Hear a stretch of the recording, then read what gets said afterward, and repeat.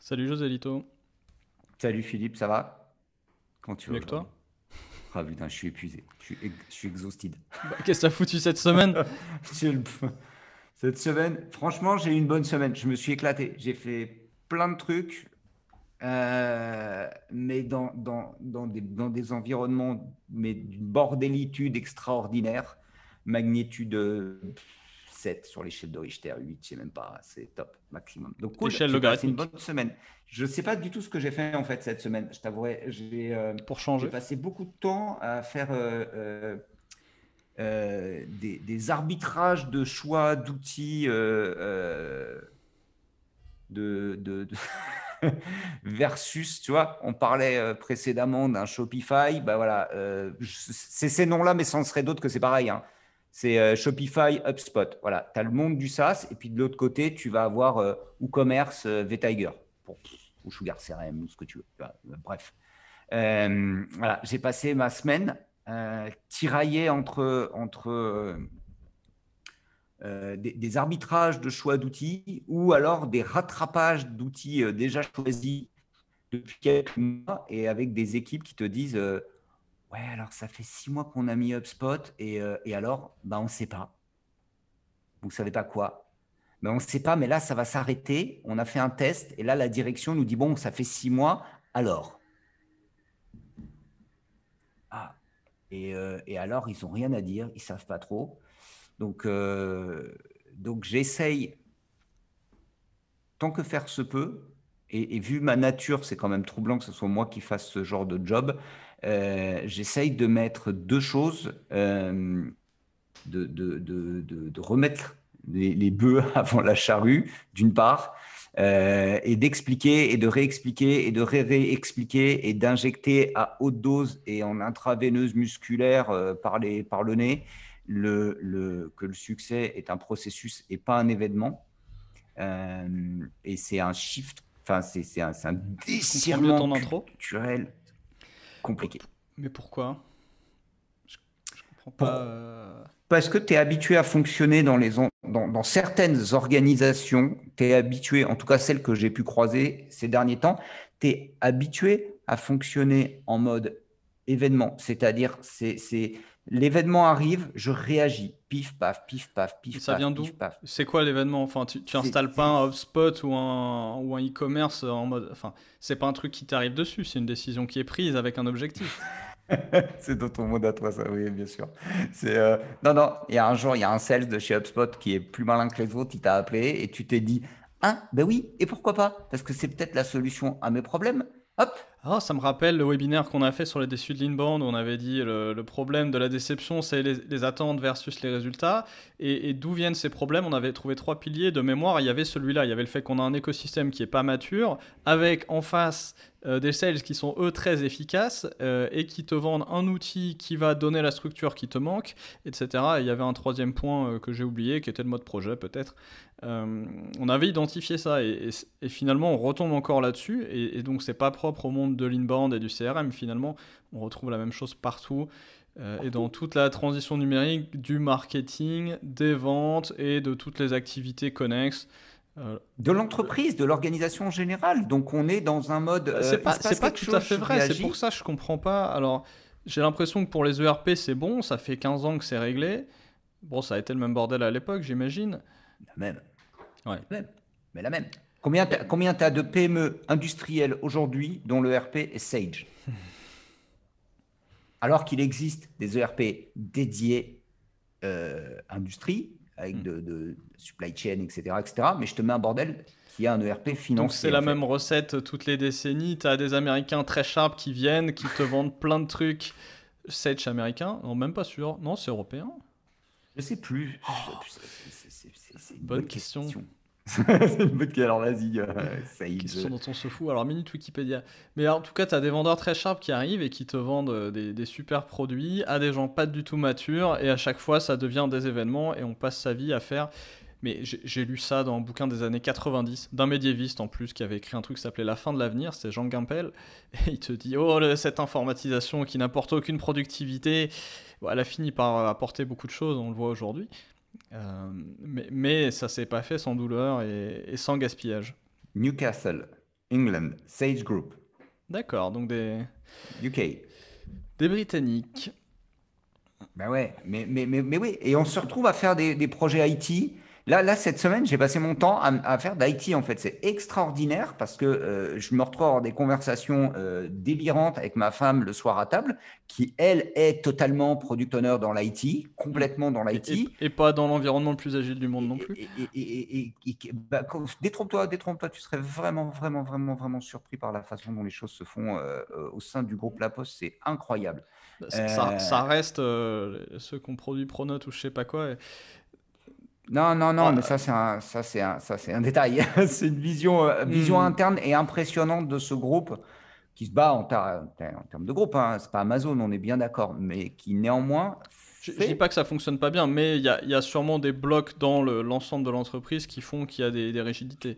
qui pour le coup fait le job et qui se dit, tu as un métier qui va voir l'IT, qui dit j'ai tel besoin, l'IT le mâchouille et lui dit, bah tiens, attends 2 secondes, ça c'est un process, tu peux pas me faire un truc comme ça du jour au lendemain, tu déboules, salut, tu veux une landing page, qu'est-ce que j'en ai à foutre de ton histoire? Moi j'ai des trains, j'ai du machin, j'ai du save, j'ai de l'agile version plus, plus, plus.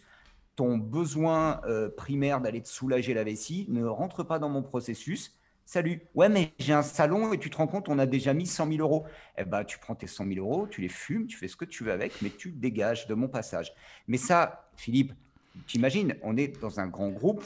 Mais ça, on rentre dans de la transaction, c'est la transaction interne, mais c'est de la transaction. Donc là, t'es pas du tout en train de t'aligner justement sur ton client. Donc alors, j'ai utilisé le mot agile parce que je parlais de fonctionnement et de souplesse de travail, mais c'est aussi comment on revient toujours à l'humain, à l'utilisateur final et à créer de la valeur.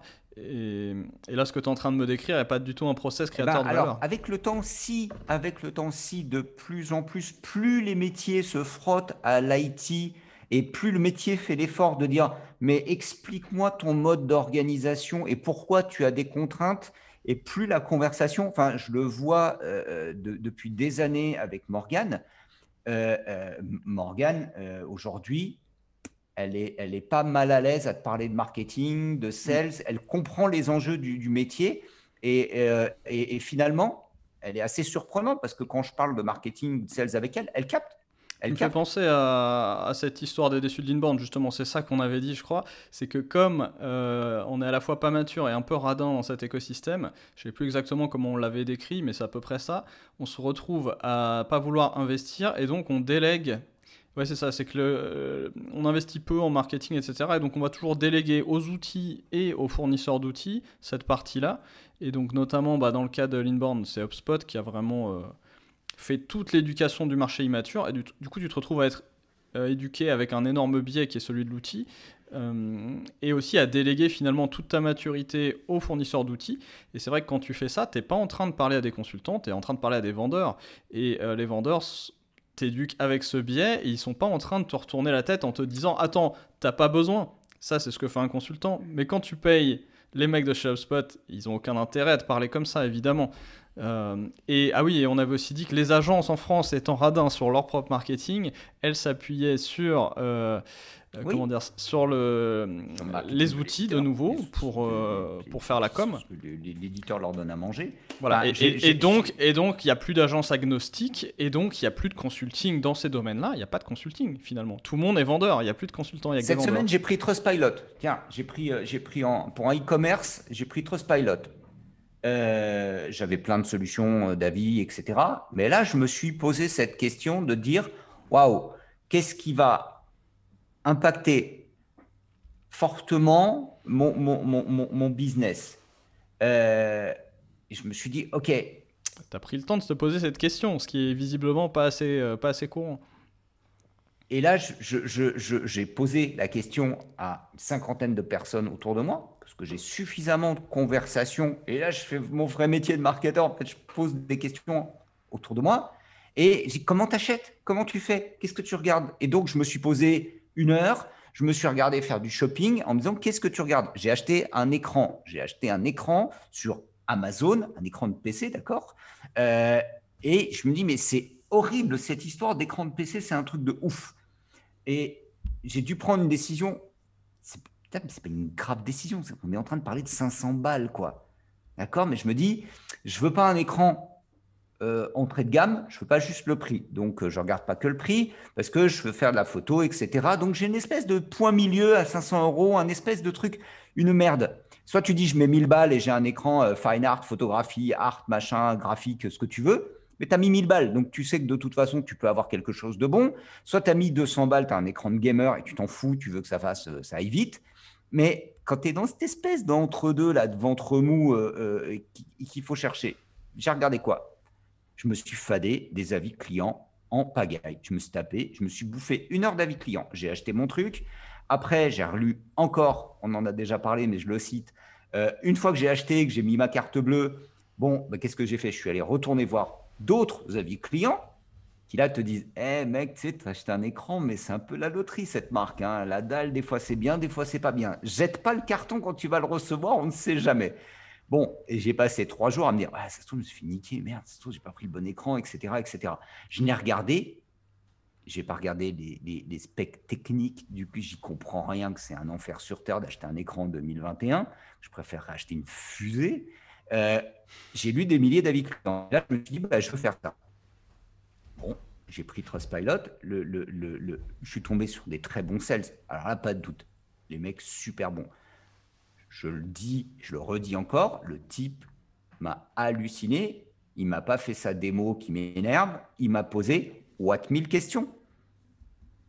Et après, je suis allé demander à un pote qui a e-commerce, qui a mis Trustpilot et qui lui m'a dit mais tu sais, t'as pas que, hein, t'en as d'autres. Hein. Je lui ai dit non, c'est ce que tu as chez toi, ça marche. Il dit, ah ouais, il y a eu un avant-après, franchement, je l'ai ressenti. Ok, je vais mettre ça. Ça ne veut pas dire que je vais réussir mon coup. Mais au moins, j'ai pris une décision qui me semblait un peu éclairée. J'ai pris le temps de me poser la question, en tant que client, qu'est-ce qui a de la valeur pour moi? Mais HubSpot, franchement, en tant que client d'un B2B, que le gars il est en face de Salesforce ou HubSpot, qu'est-ce que ça change?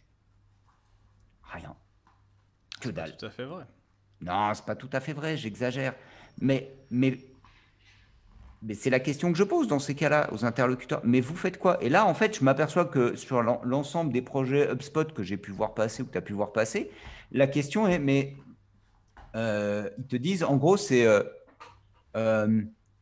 ouais, tu sais, on a fait l'onboarding. Ok, c'est quoi l'onboarding? Eh bien, on a regardé fichier ouvrir, fichier enregistré sous, fichier imprimé. D'accord. Et à part faire tous les menus et les machins, vous avez fait quoi? Tu fais du business comment? Du quoi? C'est-à-dire ton fichier client, pardon, ta cible, c'est quoi? Ah non, mais attends, pour ça, on a un autre outil, on utilise un autre machin, truc hunter, machin, ça fait quoi? Ça aspire plein d'adresses mail et après, on envoie plein de mails. Hunter.io. Celui-là ou un autre, Apollo, Vega, je sais pas quoi, n'importe quoi, Duxoup, tout ce que tu veux, c'est tous les mêmes. Tous, ils te racontent des histoires. Et là, tu te dis, mais vous avez fait quoi? Et alors, tu vois, donc, tu as les commerciaux qui te disent, j'ai pas envie de me prendre la tête à me poser des questions, à faire un fichier client, me faire une liste, cibler, nanani, nanana. Tu as des managers qui te disent, moi, je veux juste un reporting simple. Google Sheet, c'est quand même super compliqué. Et puis, alors que HubSpot, ça me donne tout de suite, est-ce qu'ils ont téléphoné, est-ce qu'ils ont envoyé des mails? Donc, en dessous, c'est c'est bon, hein, je vais téléphoner, envoyer des mails, j'ai fait le job. Et au-dessus, encore au-dessus, la stratégie globale de l'entreprise, je veux faire plus de chiffre d'affaires. Ouais, d'accord. Mais et après, tu rentres dans le bureau du big boss, tu dis, chef, c'est quoi? J'ai vu un truc, c'est un truc de ouf. Ah ouais, ouais. Ouais, l'autre là, il m'a dit que putain, il a mis ça comme logiciel et plus 20% quand même. T'es sérieux, je te jure. Il m'a donné ces chiffres. Il y a Événement. toujours. On sait acheter des outils, on l'a souvent dit, on sait acheter des outils et donc on achète des outils. Il y a une friction énorme dans une migration, dans l'action de migrer. Par contre, dans l'acte de décider d'acheter un outil, j'ai l'impression que la friction est toujours plus faible que dans n'importe quelle autre action qui serait peut-être plus fondamentale et plus durable et plus impactante. Si ça marche pas, c'est de la faute de l'outil. Alors que si tu me fais Il n'y a réfléchir qu'à pendant changer. 2 heures, que tu me poses plein de questions, qu'on a réfléchi à plein de trucs, qu'on a fini par prendre une décision et qu'à l'issue de cette décision, on s'est planté, Ouais. Ouais, le truc, c'est qu'on est des cons, quoi. On n'est pas bon. On a pris une mauvaise décision. Alors, on Mm. est des cons, on n'est pas des cons, on s'en fout. Juste, il y a un côté, c'est pas Ouais, bah, moi, c'est un c'est échec. l'outil. Mm. L'autre côté, c'est je dois assumer que c'est un échec et que je me suis planté. Ouais. Ok. C'est pas moi, c'est la paire de pompes, votre honneur, hein. Je suis désolé. Moi, je voulais faire le marathon, hein, mais franchement, j'ai acheté des New Balance et au bout de 2 heures, je me suis effondré comme une merde lamentablement. J'avais fait 5 km. Ah, c'est pas moi, c'est les pompes. Ah, mais évidemment. Je me suis pas entraîné, j'ai fumé, j'ai bu de la bière, j'ai mangé que de la merde. Tu veux pas, tu veux pas, Philippe. T'as pas envie de te dire que t'es pas bon. T'as pas envie. Euh, Franchement, je vais te dire, pour moi, ça fait peut-être une année, une année où je me dis, si tu penses que je suis mauvais, si tu penses que je suis une pauvre merde, tu sais quoi, j'en ai juste rien à foutre. Et j'ai 50 balais cette année et ça fait un an où j'ai vraiment pris cette décision, ce biais de dire, c'est pas grave. On peut me dire que je suis pas bon, je m'en fous. À la gambato, en fait, j'en ai rien à foutre. Je veux le bonheur, la gloire, je veux gagner. Tu sais, gagner ou avoir raison. C'est ça, Philippe. C'est le vrai. Je pense que c'est le truc, c'est que Ouais, je on aime bien suis avoir raison. entouré de gens. Ouais, je suis entouré de gens. Alors, je sais pas si c'est latin ou anglo-saxon ou Alors, Amérique du Sud c'est et là que du je me genre. demande, est-ce qu'il y a un biais de sélection, José Lito? Tu me parles beaucoup de cas comme ça, mais est-ce que tu les attires? Comment ça se passe? Est-ce que c'est l'endroit où on est? Euh, Je Est-ce sais que pas, c'est Philippe. ta cible? Je travaille pas tous les jours avec des anglo-saxons. En tout cas, je travaille Mais est-ce avec que des toute la France jeunes. est comme Je ça? travaille Toute la France avec n'est pas des comme ça. Est-ce que vieux. c'est le sud de la France versus Paris? J'en sais rien. J'en sais rien. Est-ce Alors, que c'est les PME? C'est une question de taille? pense que j'en sais rien. Je vais pas faire de l'anti-parisianisme de provincial de bas étage. Et je suis parisien, donc je peux me permettre. Bon, Mais, bah, fais mais l'inverse alors. je pense que non, non, mais je pense qu'il y a, Comment ça tourne? Tu vois, on a un pays il y qui a un tourne, écosystème. qui T'es est à un peu Paris, tu as une déclassé, mais ça. compétition. Philippe, tu es Ouais, à Paris, donc tu as un niveau, t'as une certaine. C'est évident qu'en étant à Paris, tu as une compétition. Tu as une compétition pour les ressources. ouais. D'accord. Des bons, je le dis ici parce que c'est pas moi, c'est des dirigeants d'entreprise qui me le disent. Waouh, José Lito, trouver de la bonne ressource à Montpellier, c'est compliqué. Hmm. Trouver des bons, c'est compliqué. D'accord. Ça fait 7 ans que je suis à Montpellier, ça fait 7 ans que j'entends le dire, c'est compliqué. Hmm. D'un autre côté, t'entends tous les bons qui disent trouver un bon salaire à Montpellier, c'est difficile. Donc, Ah ben ouais. Ah ouais, non ça mais je ouais. parle pour ça que je te parle d'écosystème, c'est-à-dire que d'un côté, on peut pas payer parce qu'on te dit, tu comprends, Montpellier, c'est pas Paris, t'as pas le même loyer, bouffe, machin, nanani, et puis ça te demande pas de prendre l'avion ou le TGV pour aller voir la mer, tu peux y aller à vélo. Euh, de l'autre côté, bah forcément, vu que tu veux pas payer, bah les bons, ils se cassent et ils vont à Paris ou ils sont en remote pour des boîtes parisiennes ou whatever. Donc, je pense qu'il y a effectivement un contexte, il y a Je un l'ai vu aussi, écosystème. moi, hein, et sur des métiers modernes de type dev ou chef de projet, product owner, etc. J'ai vu des couples qui venaient à Montpellier, et puis un des deux trouvait pas de boulot. Au bout de 6 mois, il repartait à Paris. Ah ouais.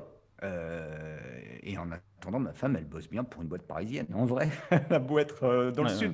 C'est un groupe, c'est un grand groupe. Donc de l'autre côté, mais tu es à Paris et Oussama va te dire, putain, c'est hyper toxique, les Parisiens, tête de chien, Non, cassez-vous, Oussama, il a toujours dit allez à Paris, c'est Londres. tout le monde est là. Donc, ah oui, oui, d'un point de vue startup, oui, Ouais. c'est un autre Après, problème tu vois, non, encore. mais c'est-à-dire que tu es toujours le compte de quelqu'un d'autre, hein. Donc, quand tu es parisien, on te dit, ouais, enfin, franchement, par rapport à la Californie, vous êtes des crétins, des lapins crétins. Donc, Mhm. bon, donc on s'en fout, en Mais, fait.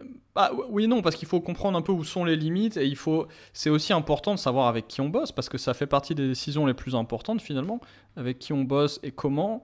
Et, et on revient aussi à toutes ces questions de leadership. Et justement, la question d'avec qui on bosse, c'est aussi est-ce que tu bosses avec des gens qui vont te dire que tu es en train de poser les mauvaises questions et de partir dans le mauvais sens, ou est-ce que tu bosses avec des gens qui vont te dire oui, oui, oh, oh, trop bien, oh, un nouvel outil, génial, et puis tu te retrouves embourbé dans des projets et jamais il y a de progrès, quoi. Alors, moi, j'ai la chance de bosser avec des gens qui me le disent. C'est-à-dire que quand tu commences à ouvrir un peu les chakras, on te dit, ouais, c'est la bonne façon de penser. OK, on a envie d'y aller. OK, on a envie de se mettre en mode process. Très bien. comment je l'attrape et comment je deal avec mon quotidien. C'est-à-dire qu'il faut bien prendre en compte aussi que quand tu es dans une organisation, tu es dans une belle PME, tu fais, je sais pas, peu importe, 50, 100 millions d'euros, 50 ans d'existence, whatever. Tu es dans une boîte qui tourne depuis longtemps. Il y a des clients, il y a des prospects, il y a du biz, ça tourne, la machine, elle tourne. Et toi, tu es l'élément qui dit, venez, on va fonctionner autrement. Alors, tu es un, tu arrives à en choper un deuxième, tu arrives à en choper un troisième, mais voilà l'énergie pour se D'où l'intérêt de travailler avec les bonnes personnes, parce que quand tu bosses mettre dans le bon là-dedans milieu, face aux cette autres. énergie-là, elle serait partie à produire du progrès et pas à produire de la conviction. Donc, après, c'est la question aussi du leadership. Il y a toujours un moment où il faut convaincre les autres pour faire quoi que ce soit. Mais bon, il y a un vrai dilemme là, on l'a déjà évoqué, mais j'ai du mal à bien circonscrire où ça s'arrête. Bon, là, on vient de voir Ariane Espace. Enfin, c'est même pas Ariane Espace, c'est les gouvernements français, italiens et allemands, chacun de leur côté. Les Allemands d'un côté, les Français et les Italiens de l'autre, qui viennent de se dire bon, bah c'est cool, on se foutait bien de la gueule de SpaceX en 2014, donc on a fait Ariane 6 quand même au cas où, et puis maintenant. On se rend compte qu'on aurait mieux fait de pas se foutre d'eux et de faire des meilleurs calculs et de faire autre chose qu'Ariane 6 et de faire directement Ariane 7. Bon. Parce que l'Ariane 6 qui va sortir dans 2 ans, là, qu'on a décidé de faire en 2014 parce qu'on a dit ouais, SpaceX, haha, mais quand même. Elle sort dans 2 ans et elle va être 3 fois, 4 fois, 5 fois plus chère. Ça va pas le faire. Et SpaceX est en train de faire comme ça, donc c'est-à-dire là aujourd'hui ils sont à, je sais pas, 60% du marché mondial, un truc comme ça. Donc là on est quand même au plus haut de nos pays européens. L'Allemagne se dit bon, moi je veux faire ma start-up tranquille. La France se dit attends, d'habitude c'est moi le chef dans l'espace. Si les Allemands font une start-up, je vais mettre avec les Italiens, on va se faire un truc ensemble. Que les Allemands soient pas trop forts. Tu vois déjà le. Donc on l'a à la plus, je veux dire, industrie de pointe, industrie stratégique, industrie d'État. Et donc là ils viennent de lancer un projet. Il y a 600 000 euros. Oui, j'ai bien dit 600 000. Pour un projet, pour essayer de voir ce qu'on pourrait faire de mieux. Pour 3 startups, dont Ariane Espace qui n'est pas du tout une startup. La startup allemande qui a un nom chelou, qui s'appelle Rocket Augsburg, something like that. Et Vega en Italie, 600 000 chacun. Il faut déjà cramer 200 000 euros pour trouver un nom qui pète. Voilà. Ils vont appeler Publicis. Déjà, ils vont dire Publicis, il n'y en a pas en Allemagne, il n'y en a pas en Italie, on va prendre Publicis. Allez, 300 000 euros rien que pour le nom. Allez. Bon, donc on voit que ça peut arriver à tous les niveaux. À tous les niveaux. J'ai du mal à comprendre jusqu'où ça va. Je me dis, est-ce que 90% des boîtes américaines sont aussi dans ce mindset? On voit, je sais pas, Volkswagen a l'air plus branché que General Motors. Bon. Mais certainement, Philippe, en fait. Où sont les frontières? J'essaye de comprendre où sont les frontières de cette façon de bosser. Tu es sur la planète Terre. Il faudrait comparer avec des Martiens pour voir si c'est différent. Mais en tout cas, tant qu'on est avec des terriens, tant qu'on est avec des terriens, on sera confronté à je veux pas passer pour un con parce que c'est pas quelque chose d'agréable au demeurant. Il y a toujours une question d'ego mal placé qui se répartit, qui s'éparpille dans la hiérarchie. Ouais. C'est pour ça que quand je te dis que finalement, si j'essaye de mesurer, de regarder un peu les choses, je me dis qu'est-ce qui a changé chez moi pour que je m'en rende compte? C'est-à-dire qu'il y a 2-3 ans, quand on avait des conversations, je te disais ouais, tu fais chier avec tes startups, t'es qu'un jeune con, mais je t'aime bien, mais quand même, tu fais chier. Et aujourd'hui, je me dis ok, tu fais toujours chier, tu es toujours aussi jeune, tu es toujours aussi con, mais tu as raison. Je suis pas toujours aussi jeune, malheureusement. Tu es moins jeune, mais par rapport à moi, mais j'ai un peu plus raison. Mais et voilà, comme je suis plus vieux, j'en suis moins convaincu. Alors, comme quoi. Et je te dis, mais si, tu as raison. On est dans une question d'ego, et quand on discute tous les deux, voilà, je me débat, je tiraille, je dis ouais, fais chier, machin, et à la fin, je me dis ok, on va faire un truc, on va regarder la data. C'est cruel, la data, c'est quelque chose d'absolument cruel. Alors, je te dis, non, mais vas-y, Philippe. Moi, tu sais, je suis un intuitif, hein. Je suis un artiste, je fais de l'humain, je fais pas de la data. Sauf qu'aujourd'hui, quand je veux arriver à pas devenir fou, bah, je regarde la data, je vois ce que ça donne, et je me dis, bon, bah, vas-y, je suis Trustpilot, je suis peut-être en train de me planter. Dans 6 mois, je pourrais te répondre. Dans 3 mois ou dans 6 mois, je pourrais te donner une réponse. Et si je me suis planté, ben, qu'est-ce que tu veux? Je vais rentrer chez moi, je vais boire une bonne binouse, et le lendemain, je vais arriver, je vais faire ma réunion hebdomadaire, parce que c'est un process, pas un événement. Je ne vais pas faire ça quand j'ai envie ou quand j'y pense ou quand on me le demande. Je dirais, bah, cette semaine, j'ai fait les calculs, les loulous, ça fait 12 semaines, ça n'a pas marché comme il fallait. Ah, et c'est parti. Et pourquoi ça n'a pas marché? Et qu'est-ce qu'on aurait pu faire? Qu'est-ce qu'on pourrait faire? Comment on rattrape? Qu'est-ce qu'on fait ci? Est-ce qu'on jette le truc? Est-ce qu'on l'a payé pendant un an et on s'en sert plus et c'est pas grave? Enfin, des questions qu'on arrive à se poser. C'est des questions qu'on se pose probablement pas assez, qu'on aurait pu se poser plus tôt. Que, euh, je pense qu'on revient sur, on parle de leadership et convaincre les gens, mais un ensemble de gens qui est déjà convaincu et qui a à peu près la même vision des choses s'appelle une culture. Et pendant longtemps, on s'est dit la culture, bon, du blabla de start-up, est-ce que c'est vraiment est-ce que c'est pas un peu du vent? Et plus ça va, plus je me rends compte que ouais, la culture, c'est ça. C'est est-ce qu'on a une culture où on a le droit de pas passer pour un con, mais en revanche, Elon Musk disait ce qui est pas poli, c'est de rester dans une réunion où vous servez à rien, c'est pas de se barrer en plein milieu d'une réunion. Ça, c'est de la culture. Bah ouais, mais t'imagines le truc de ouf, enfin le truc de dingue. Philippe, faut arriver. Hier, j'ai un type qui est plus vieux que moi qui m'a dit, on était en train de discuter, il me dit, t'achètes un appartement à 50 balais. Je fais, ouais, et pendant 20 ans, j'ai dit que les propriétaires étaient des connards finis. Parce que ça servait à rien de dépenser son argent Typiquement là-dedans. José Lito. Voilà, tu vois, et là, je me dis, ouais, mais j'accepte de dire, je me suis, c'est pas que je me suis planté ou pas planté. Maintenant, j'ai pris une décision. Maintenant, j'ai ce mindset. Maintenant, j'ai décidé de fonctionner comme ça. Et j'accepte à 50 balais que ben, c'est juste que j'ai dû faire l'effort, tout le cheminement qui a l'air simple quand ça sort de ma bouche tout de suite, de dire j'ai entendu mes parents pendant tellement d'années dire être propriétaire, parce qu'ils n'avaient pas les moyens d'être propriétaire. Donc, ils faisaient pour que résultat, les courses à la fin, mes parents étaient propriétaires, fin de l'histoire. Mais là, on n'en parlait plus. Et moi, je me dis, bah, et quand je dis à ma femme, chouchou, tu crois pas qu'on a fait une connerie quand même? Et elle me dit, mais gars, non, mais non, regarde. Je dis, ah ouais, t'as raison. Bon, et ben là, il faut se dire. Faut accepter d'avoir été con pendant longtemps. Faut accepter d'avoir été con pendant longtemps. Et ben ce type hier m'a C'est dit, plus dur. il a 54 ans, il m'a dit, ouais, je suis arrivé, je lui dis, ouais, tu sais, gars, on pourrait peut-être envisager les trucs comme ça, mais j'arrive pas à faire ce que tu me dis. Il y a un truc qui me gêne. Et on commence à discuter. Donc, c'est voilà. déjà beau que les choses arrivent sur le tapis de façon aussi claire. Et on se parle et je lui dis, c'est écoute, une preuve de leadership, mon cher José. On va faire un truc. Parce qu'il me dit, ouais, mais ça fait des années qu'on a cette conversation. Dans l'entreprise, ça fait des années qu'on a cette conversation. Je lui dis, stop, tu sais ce qu'on va faire? Fin avril, cette conversation, on l'a plus. Elle est tranchée. On se donne, est-ce qu'on se dit, fin avril, on tranche le sujet. D'accord, très bien. Mentalement, c'est mis dans, ok, donc on va décider bientôt. Et ce qu'il faut comprendre, c'est qu'on tranche pas pour toujours. Et c'est justement la notion de. On dit chez Poppy Gico, everything is wow. Wow, c'est notre framework pour pour tout découper en fait en expérience de croissance. Et c'est ce qu'a apporté aussi le growth hacking. C'est un process qui est très rigoureux finalement, il y a un cycle et c'est toujours le même. Par contre, dans ce cycle, ça peut être n'importe quoi. Et donc, le jeu, c'est de se dire, ouais, je décide et je tranche et je fais. Ça veut pas dire que c'est fait et qu'on va rester dedans, comme on a ce problème avec les outils. Mais c'est ça qui n'était pas acquis. Ça veut dire que dans une date qu'on peut prédéterminer, on va se dire combien de temps il faut pour savoir si c'était une bonne idée ou pas. Et à la fin de cette période-là, on fait une rétrospective. Bingo. Et on accepte de se tromper. Et en fait, c'est comme Edison, tu vois, c'était il y a longtemps Edison. Et pourtant, lui, il savait déjà. J'ai pas fait 50 000 erreurs. J'ai juste trouvé 50 000 choses qui n'étaient pas la bonne, qui m'ont permis d'éliminer tout ce qui n'était pas bon et d'en trouver, de réduire le.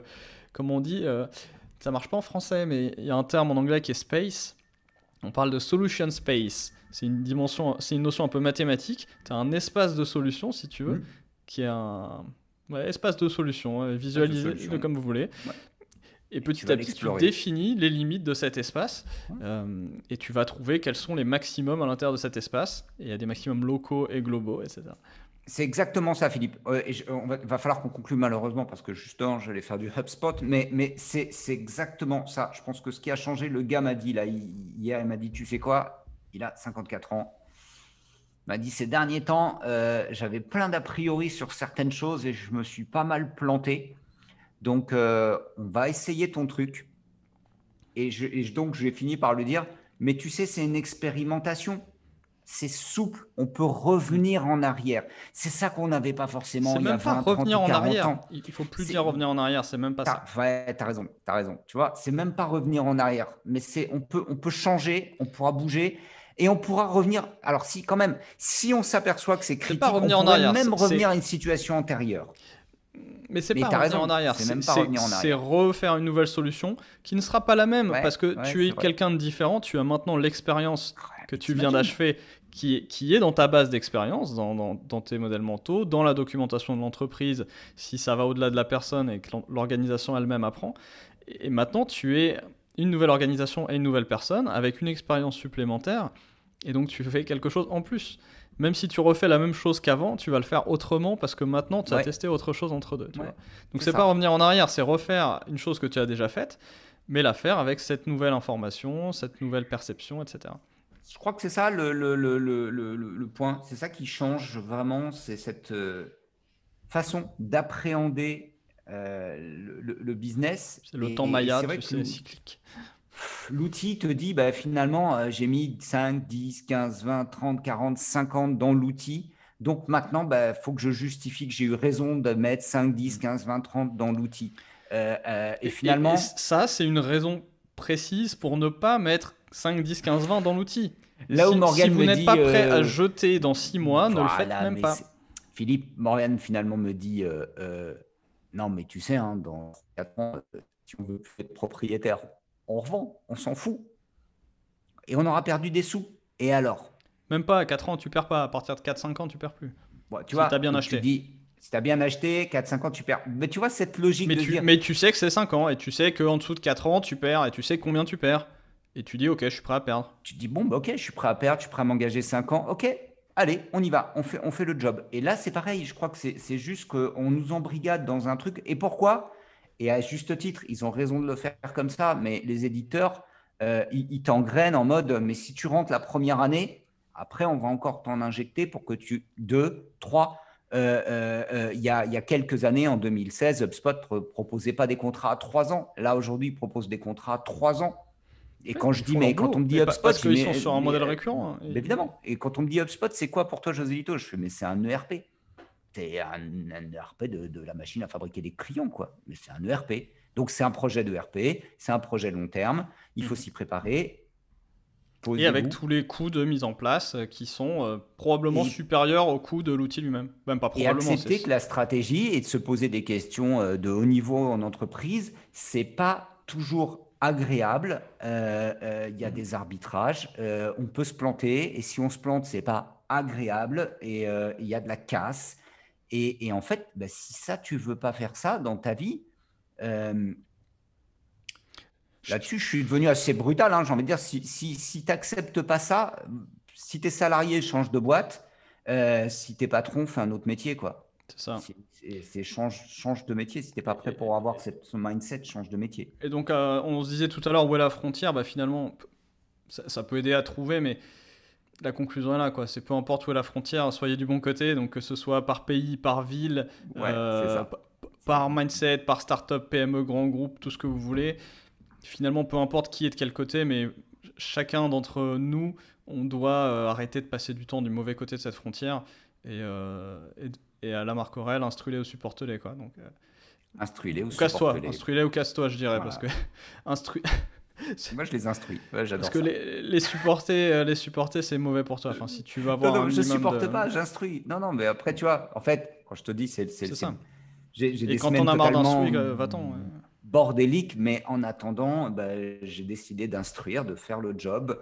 Et j'y prends Tu beaucoup de t'instruis plaisir sur toi-même au cette passage. partie-là. Et je m'instruis moi-même au passage. Et j'y prends énormément de plaisir. Mais j'accepte, par contre, j'ai aussi fait le travail personnel d'accepter un certain niveau de frustration, d'agacement, Mm. Et c'est pas d'échecs. douloureux, c'est pas, et d'échec, parce que des fois j'essaye d'instruire et ça marche pas, ou ça marche après un an après, ils t'appellent toi, ils te disent putain, mais c'est super bien ce que m'a dit Philippe, pourquoi tu me l'as pas dit avant? Abruti, ça pouvait pas rentrer dans ta cervelle, mais c'est pas grave. Mais tu dis que tu as fait, tu sais, je vais finir là-dessus, mais j'ai capté la frustration du métier de coach quand finalement tu as bien fait ton boulot, tu as des gens qui pensent que tu sers à rien en disant mais putain, mais je pouvais le faire tout seul, tu vois. Enfin, je sais même pas pourquoi j'ai fait appel à toi. Putain, faut avoir le cœur bien accroché pour faire ce job parce que ça se C'est peut-être termine toujours culturel comme aussi, ça. ça. peut-être aussi, ouais, je sais pas, mais il y a beaucoup de coachs autour de moi, tu les regardes et te disent, les gens, ils sont convaincus qu'ils pouvaient y arriver tout seuls finalement. Bah, Ouais. écoute, tant mieux, tu sais que tu as fait ton job. C'est que Merci tu as fait Philippe. ton job, mais tu l'as mal fait parce que du coup, ils n'ont pas encore appris suffisamment pour comprendre où étaient leurs limites, comment ils l'ont dépassé et comment ils vont dépasser et trouver leurs prochaines limites. Et ça va recommencer. Si t'es pas capable de voir ce qui t'a permis de dépasser ta limite, et si en l'occurrence c'était Ah, un ouais, coach, tu dois le voir que c'était un coach. Si tu le vois pas, c'est que t'as rien ouais. appris. Donc tu vas T'as recommencer la fait un même pas, connerie. t'as fait un petit bout, t'as fait un petit bout. Des fois, t'as fait juste un petit bout. Putain, faut être Ouais. patient. Non mais Ouais. t'as mis 3 tours de pédale et t'as avancé, mais Ouais. t'as pas vu que t'avais des roulettes. Enfin, au moins tu sais tourner les pieds. Ce qui est déjà un début. Enfin, Ce qui est déjà un début, il faut que ça parte de d'accord. là. Ouais, il faut vraiment que je me sauve parce qu'après, j'ai Ouais, casse-toi. j'ai À la vraiment semaine prochaine. des sales. À la semaine prochaine, Cet épisode n'avait ni queue ni tête comme d'hab. comme d'hab.